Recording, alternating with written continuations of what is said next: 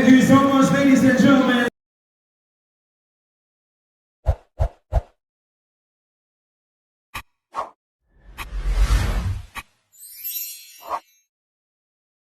Ladies and gentlemen, St. Columban College Kalinaw Dance Ensemble.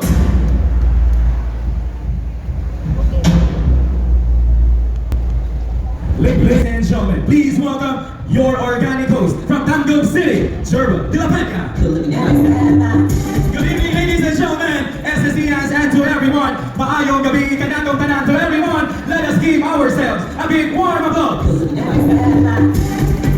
Thank you so much, everyone. It's good to be back home. I am Jerbo de la Peña, a proud alumnus of St. Columban College High School, batch 2006. Today, we are celebrating the 67th founding anniversary of our dear alma mater with the theme Pilgrims of Hope and Witnesses of God's Love. Today promises to be a fun-filled get-together and reunion of every SSEans as the batch 1974 and batch 1999 prepared lots of programs and activities as we reminisce memorable experiences and celebrate friendship. I know everyone is excited for today's affair. Ladies and gentlemen, this is the St. Columban College Grand Alumni Homecoming 2024! To welcome us all for this evening's celebration and for the welcome toast, please welcome Batch President of 1974 and Batch President of 1999. A big warm applause, please.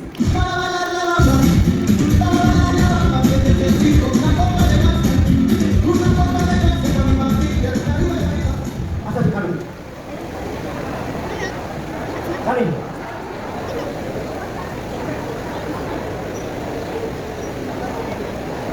Si Karin, Miss Karin, please.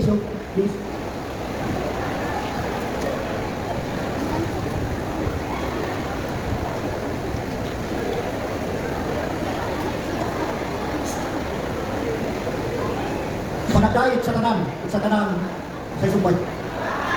Na maghinay dito naman dito wala. Panagdait sa tanan. Karon ko ko kalwana. Akong papel daw dili, dito ko toast ni Karin. Welcome na ko. Na ganyan punta, di ba? Kung inong duman nato, naka-welcome naman si Father.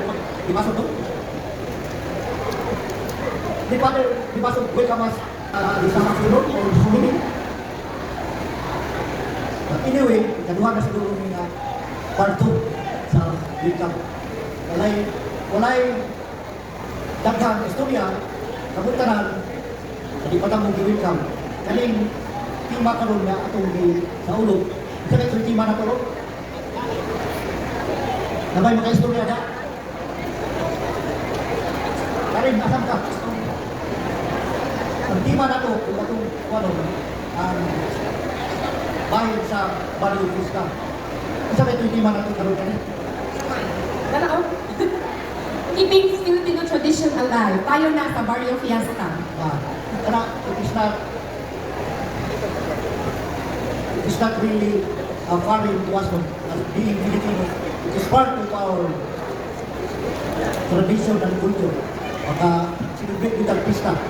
Daghang pista ang atong masilibitan kada adlaw o kada tuig kay naman tayo daghang mga patron saints. Unang daghang ng pista. Right? Mamamili mo tayo, daghang kayo siya o title. Pista na ang tanang title na building sa Pagima, building sa Lourdes, building sa panagingan, building niya, individual health, anak. So, hindi kayo na yun, layo kayo sa tuwa. Bisa na itong pag-opening na tuwang Lubin na opening na itong November 14, pista na daan sa mga sayaw. So, hindi kayo din layo kayo na to. So, with that, as being the president of batch 1974, I welcome you all in this program tonight. So We welcome you all to SSC Grand Alumni Homecoming 2024.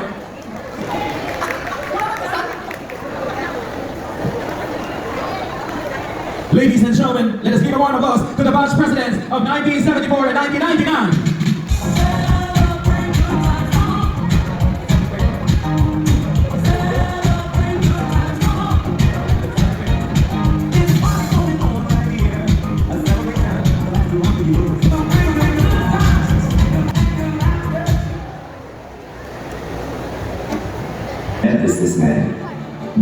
on October 11, 1958, Governor Wang Nao has spent his life serving the people of Misamis Occidental.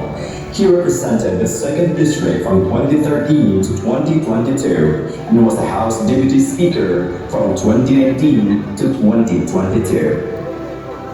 As a governor, he had championed various initiatives to improve the lives of his constituents. His leadership and vision have made significant changes on the province's development. Through his unwavering dedication, Governor Wang Nao continues to inspire hope and progress in Misamis Occidental. Governor Henry Wang Nao became the major benefactor together with Batch 1974 and Batch 1999 and is now known as a very inspiring alumna Batch 1974 who made the impossible possible here in St. Columban College. He is indeed a very successful and very hard-working governor in the province. Governor Henry Wang Nao, a leader, a public servant, and a champion for the people of Misamis Occidental.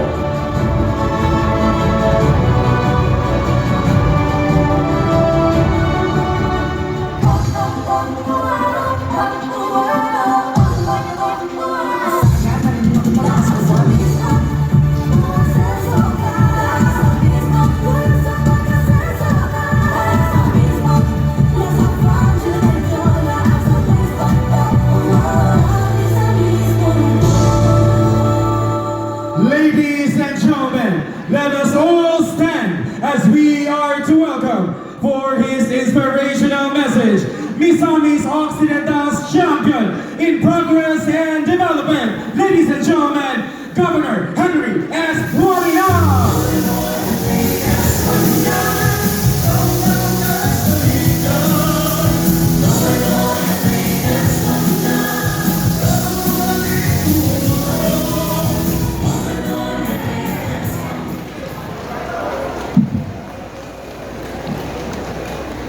Daghang salamat kayo ang lingkod tanan.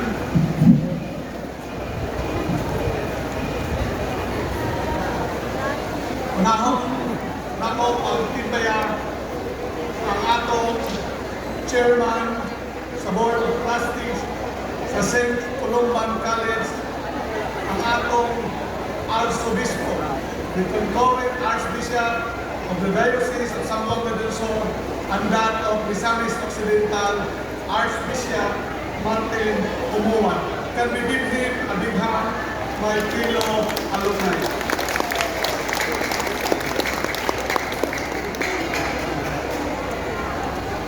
Ang atong presidente sa atong eskwelahan, Father Nestor Romaso. Congratulations for your dynamic leadership in bringing what St. Columban College today. Ako ang favorite Miss-in-law. Ang atong hard-working president of our alumni association, Dr. Corazon Les Cabahong Palangan, coming from the class Forever Young, and because they are forever young, she will become also our forever president because of her good performance. While the United States has their own pride, President Joe Biden, back 1974, we have also our very own President Joe Biden Duran. And of course, the president of our co-host, the Silver Jubilarian of 1999, Pats Karen Bindis. Mga distinguished alumni, esteemed educators, mga kaigsonan and gentlemen, apisang palagdait kanatong tanan.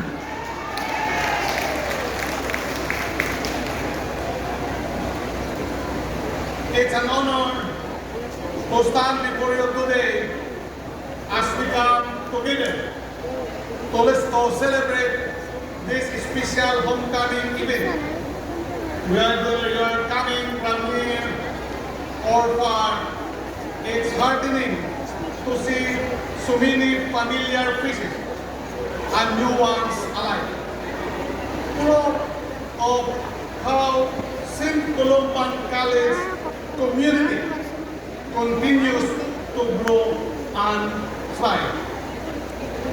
Abi ninyo, so nagpag-graduate na ko atong 1974, 50 years ago, karon pasad ko nakabalik diri sa atong eskwelahan. O siguro kitang tanan, oyon kita na dako kayo o kabag-uhan o pag-asinso ang St. Columban College. St. Columban College at 67 asinso na.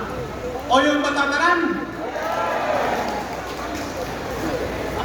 I'd like to begin by expressing my gratitude to those who have worked tirelessly to make this event possible.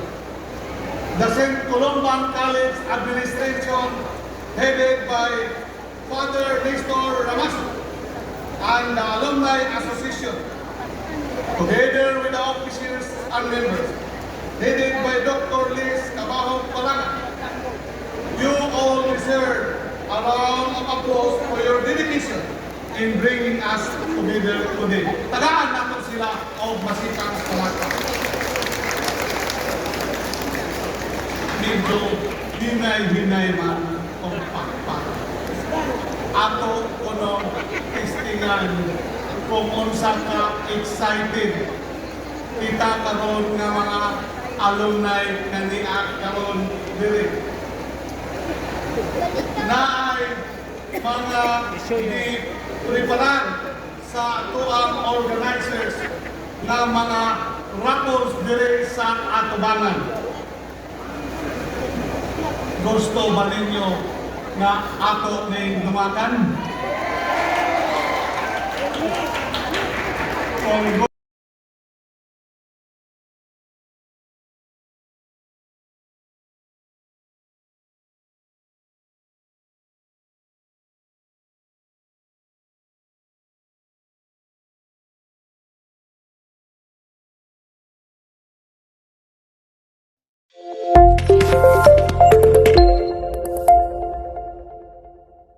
Thank you for watching. See you next time, guys.